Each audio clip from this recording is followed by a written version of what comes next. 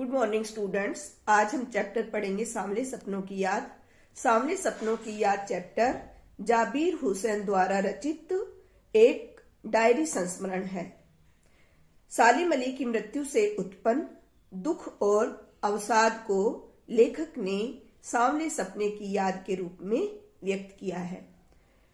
1987 में प्रसिद्ध पक्षी वैज्ञानी सालिम अली की मृत्यु के तुरंत बाद ये डायरी संस्मरण लिखा गया था और सालिम अली को याद करते हुए लेखक ने उनके व्यक्तित्व के बारे में इस पाठ में लिखा है। इस पाठ की जो भाषा है वो बहुत ही आकर्षक और देखने योग्य है और व्यंग से भरी हुई है। पाठ के प्रारंभ में सालिम अली की मृत्यु के अंतहीन यात्रा की बात की गई है। सुनहले पक्षियों के सुंदर झुंड की तरह सांवले सपनों के पर सवार होकर जो मौत की आगोश में खो गया है, इस तरह के जो सालिम अली हैं वो आगे आगे चल रहे हैं, यानी उनका जो जनाजा है वो आगे आगे चल रहा है और उनके कंधों पर सैलानियों की तरह अंतहीन सफर का बोझ है। वे भीड़ भाड़ और तनाव की जिंदगी से आखिरी बार पलायन कर रहे हैं, यानी अब वो इस जीवन से मुक्त हो चुके हैं। अब वो दोबारा इस जीवन में आने वाले नहीं हैं, वे वापस लौटने वाले नहीं हैं। वे मौत की गोद में जा बसे हुए एक पक्षी के समान है जिसे कोई अपने शरीर की गर्मी और दिल की धड़कन देने के बाद भी वापस जीवित नहीं कर सकता। लेखक है वो कल्पना करते हैं कि वो एक ऐसे पक्षी के समान है जो यदि कोई उस अपने शरीर की गर्मी और दिल की धड़कन भी देना चाहे तो भी वह सालिम अली रूपी पक्षी सपनों के मधुर गीत दोबारा नहीं सुना सकता है।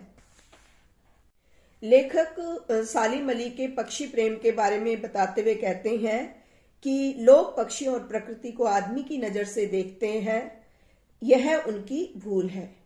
कोई भी आदमी पक्षियों की आवाज का मधुर संगीत सुनकर अपने हृदय को रोमांचित हुए बिना नहीं रह सकता। अब आगे कृष्ण की बांसुरी का वर्णन करते हुए उसका उदाहरण देते हुए लेखक कहते हैं कि श्री कृष्ण ने वृंदावन में रासलीला कब रचाई, कब गोपियों के साथ उन्होंने लीला रचाई, बंसी बजाई, माखन खाने के बाद उनके बर्तन फोड़े और यह पता ही नहीं, परंतु आज भी वृंदावन जाने पर यमुना नदी का जो सांवला पानी है उस पूरे घटना चक्र को याद दिला देता है। ऐसा लगने लगता है जैसे अभी कोई आकर अचानक से बंसी बजाएगा और उसकी बंसी के मधुर संगीत से पूरी वाटिका गूंज उठेगी। कृष्ण की बांसुरी के जादू से आज भी पूरा वृंदावन कभी खाली नहीं होता। कहने का मतलब ये है कि आज भी वृंदावन में श्री कृष्ण की बांसुरी की गूंज हमें सुनाई देती है। अब आगे जो लेखक है वो ये बताना चाहते हैं कि सालिम अली का व्यक्तित्व किस तरह का था। उनका जो शरीर था वो कमजोर था और उम्र के करीब 100 साल होने को थे। पक्षियों के विषय में दुर्लभ यात्राएं और दूर दूर तक जाकर पक्षियों को देखने की आदत के कारण उनका जो शरीर था वो कमजोर हो गया था और उनकी मौत कैंसर नामक बीमारी के कारण हुई। पर उनकी आंखों की रोशनी जीवन के अंतिम समय तक सुरक्षित थी। कवि कहते उन्हें हम वर्ड वॉचर की संज्ञा दे सकते हैं क्योंकि उनकी नजरों में प्रकृति का जादू था। उन्होंने प्रकृति को अपनी हंसती खेलती और रहस्यमयी दुनिया की तरह फैला रखा था, जिसे बनाने में उनकी पत्नी तहमीना का भी काफी योगदान था। उनकी पत्नी तहमीना उनकी सहपाठी भी थी और इस तरह से उनकी पत्नी तहमीना ने भी उनके इस कार्य में उनका पूरा योगदान दिया था।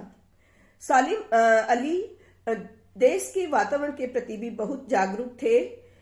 अनुभवों के धनी सालिम अली ने एक बार तत्कालीन प्रधानमंत्री चौधरी चरण सिंह से मुलाकात की और उन्हें ये बताया कि केरल की साइलेंट वैली को रेगिस्तान के हवा के झोंकों से यदि नहीं बचाया गया तो ये जो साइलेंट वैली है वो रेगिस्तान बन जाएगी। वो हरा भरा जो प्रदेश है वो भी एक दिन रेगिस्तान बन जाएगा और जो पशु पक्षियों की प्रजातियां हैं लुप्त हो जाएंगी और आने वाली पीढ़ियां उन्हें नहीं देख पाएंगी।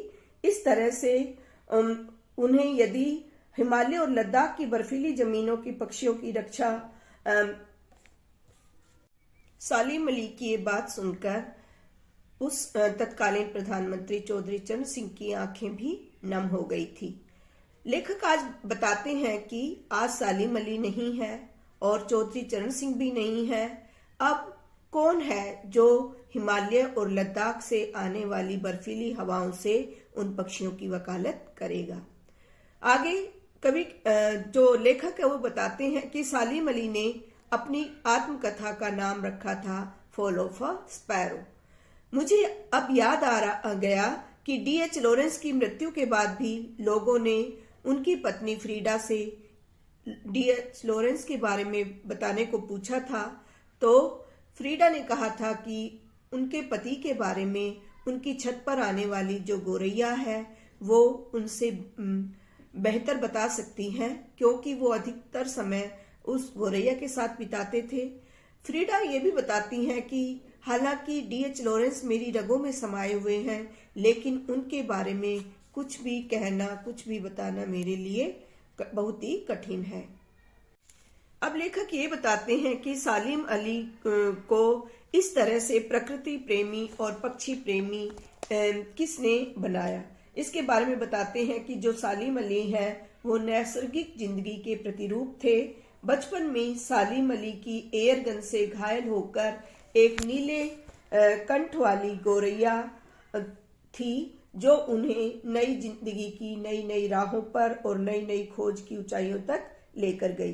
पक्षियों के बारे में दुर्लभ जानकारियां एकत्रित करना और हमेशा अपनी आंखों पर दूरबीन लगाए सालिम अली को देखा जा सकता है। वो इस तरह से पक्षियों की खोज में दुर्लभ पक्षियों की खोज में भटकते रहते थे और प्रकृति को समझते हुए नित नई ऊंचाइयों की ओर आगे बढ़ते रहे।